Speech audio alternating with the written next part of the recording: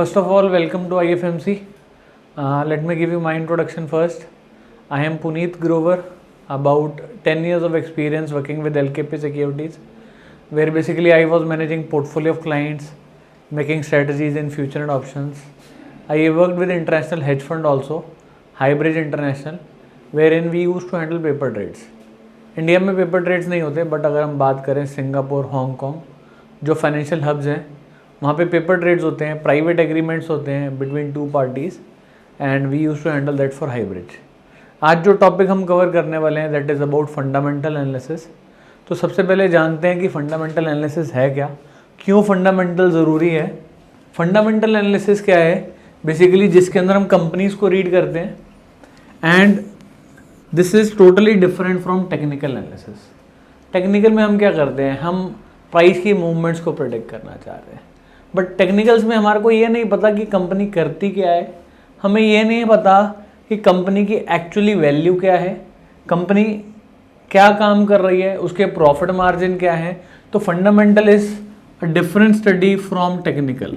अगर हम बात करें मार्केट में, तो मार्केट जो है वो दो ही वेज के अंदर हम प्राइस को प्रेडिक्ट कर सकते हैं, और दोनों ऐसा नहीं है कि टेक्निकल अच्छा है या फंडामेंटल अच्छा है, दोनों अपने लेवल ऑफ वर्किंग स्टाइल्स के ऊपर डिफरेंट है।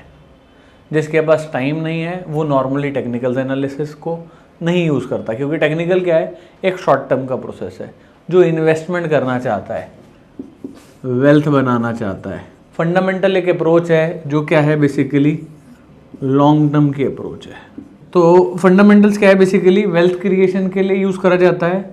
लॉन्ग टर्म हम शेयर को लेना चाहते हैं, इन्वेस्ट करना चाहते हैं, उसके लिए यूज़ करा जाता है।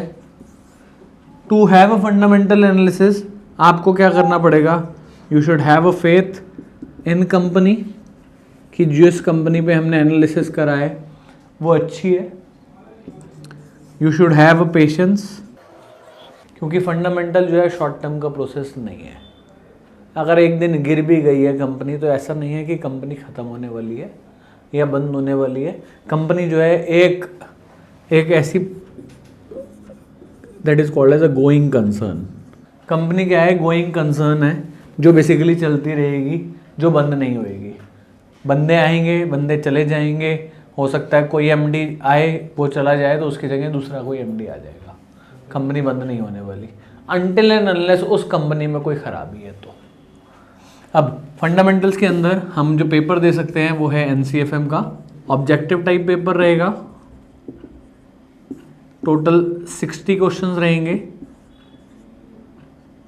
100 मार्क्स का टोटल पेपर रहेगा, and 60% is the passing criteria, and 0.25 is negative marking. जब हम एनालिसिस करेंगे तो हम सिर्फ बुकिश नॉलेज नहीं पढ़ेंगे, हम इसके अपार्ट जो फंडामेंटल्स में ज़रूरी है, जैसे कि इकोनॉमिक एनालिसिस के अंदर कुछ चीज़ें बुक में नहीं दी हुई, तो जहाँ से हम वो डाटाज ले सकते हैं, मैं उन साइट्स को भी दिखाऊंगा आपको, और उनको भी हम स्टडी करेंगे। So fundamental analysis is a stock valuation methodology है, must for long term investor. कोई भी ऐसा जना जो ये चाहता है कि भैया मैं लॉन्ग टर्म के लिए इन्वेस्ट करना चाहता हूँ, एंड मैंने बार बार ये बताया है कि it is different from technical analysis. ये शॉर्ट टर्म का प्रोसेस नहीं है, ये लॉन्ग टर्म का प्रोसेस है, जिसके अंदर आपको पेशेंस रखनी पड़ेगी, and it is a completely different view from technical analysis. Technical हर छोटे मूव या बड़े मूव को कोशिश कर रहा है प्रिडिक्ट करने की। फंडामेंटल क्या कर रहा है, फंडामेंटल कंपनी को एनालाइज कर रहा है, इंडस्ट्री को देख रहा है, गवर्नमेंट की क्या पॉलिसीज आ रही हैं, उन सारी चीज़ों को देख रहा है। इसके अंदर हम लेटर ऑन रिसर्च पे जाएंगे और एक वैल्यू निकालेंगे which would be called as the intrinsic value of the asset, कि जो भी कंपनी है उसकी एक इंट्रिंसिक वैल्यू क्या है। जिस रेट के आसपास अगर ये कंपनी मिलेगी तो मैं इस कंपनी को बाय करूंगा।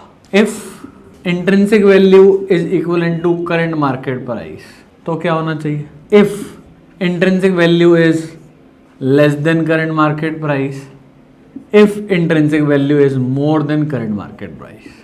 नॉर्मली जो बड़ी बड़ी कंपनीज हैं, रिसर्च फर्म्स, वो क्या करती हैं, अलग अलग आप देखते हैं टारगेट्स देते हैं किसी भी चीज़ के। If intrinsic value is equal to current market price, they give you hold. intrinsic value is less than current market price, it is overweight and this is underweight. It comprises of financial and non-financial aspect of the companies.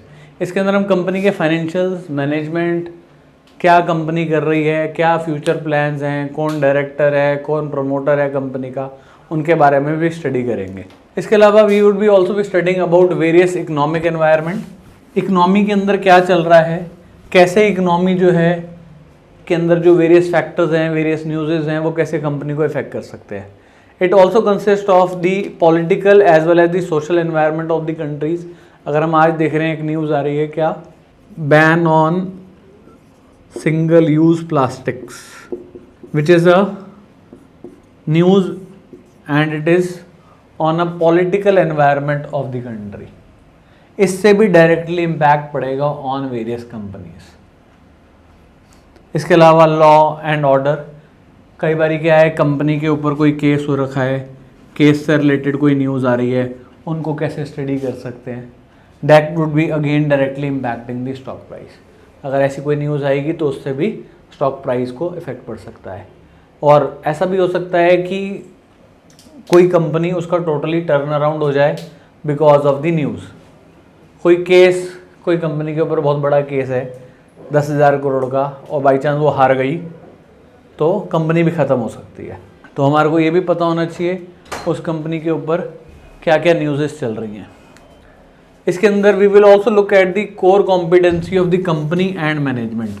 जो company है उसकी core competency किस में है, क्या line of business है, line of business क्या है, जो उसके इनकम हो रही है वो कहाँ से ज़्यादा हो रही है. That is also called as operating income. अभी जस्ट हम इंट्रोडक्शन कर रहे हैं, अभी हम इनको जब डिटेल में पढ़ेंगे कंपनी के एनुअल रिपोर्ट तो हमारे को और ज़्यादा क्लियर हो जाएगा. Is the company for which analysis is conducted is headed of other competing companies.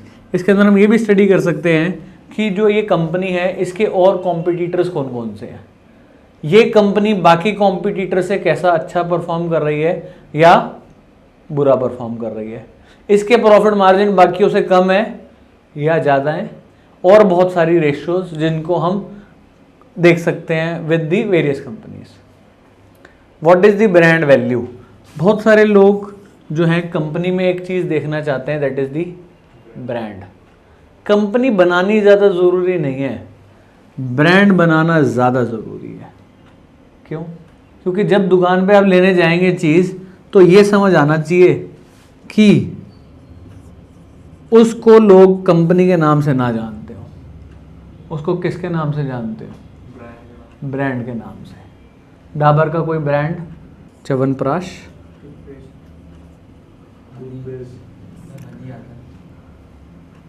Honey is not a brand. वैसे डाबर का हाजमोला इज अ ब्रांड. मतलब आप लेने जाएंगे दुकान पे तो आप ये नहीं बोलेंगे डाबर की हाजमोला दे देना, बाय डिफ़ॉल्ट आप बोलेंगे हाजमोला दे देना. चाहे कोई और डाइजेस्टिव प्रोडक्ट भी होएगा तो ज़्यादा बिकेगा किसका, हाजमोला ही. क्योंकि जब आप लेने जाओगे तो आप क्या बोलोगे, हाजमोला देना. तो ऑटोमेटिकली ये क्या बन गया, ब्रांड. कंपनी बनाने से ज़्यादा ज़रूरी है क्या बनाना, ब्रांड. तो हमको ये भी जानना पड़ेगा कि कौन कौन सी ऐसी कंपनीज हैं जिनके ब्रांड है. कई बार क्या है, कंपनी बहुत सारे प्रोडक्ट्स लॉन्च कर देगी बट ब्रांड किसी को भी नहीं बना पाएगी. तो ब्रांड बनाना ज़्यादा ज़रूरी है. इसके अलावा ये जानना ज़रूरी है जो भी कंपनी है उसका मार्केट में शेयर क्या है, कितने % मार्केट ये काम करती है, कितने करोड़ की ये टोटल मार्केट है, और इस कंपनी का उसमें कितना रेवेन्यू है. जैसे अगर मैं टेलीकॉम में बात करूं तो पहले क्या था, ज़्यादातर शेयर किसके पास था, भारती के पास था, आइडिया के पास था. अब धीरे धीरे क्या होता जा रहा है, मार्केट शेयर उनका कम होता जा रहा है, और किसके पास जा रहा है, रिलायंस जियो के पास. तो धीरे धीरे रिलायंस ने क्या करा, पहले मार्केट को टेक ओवर करा, चाहे सस्ती देनी पड़ी चीज़. तो जो ये बड़ी कंपनीज हैं ये क्या करेंगी, छोटे प्लेयर्स को मार्केट से बाहर कर देंगी. कैसे, सस्ती करके प्राइसिंग ख़त्म कर दो, जितने भी छोटे प्लेयर हैं वो सब लॉस में बेच नहीं पाएंगे चीज़ को, और ये बड़ी कंपनीज लॉस में भी बेच लेंगी. और उसके बाद क्या हो जाएगा, इनका मार्केट शेयर ज़्यादा हो जाएगा. जब मार्केट शेयर ज़्यादा हो जाएगा तो इनकी मोनोपोली अब रेट बढ़ा दो।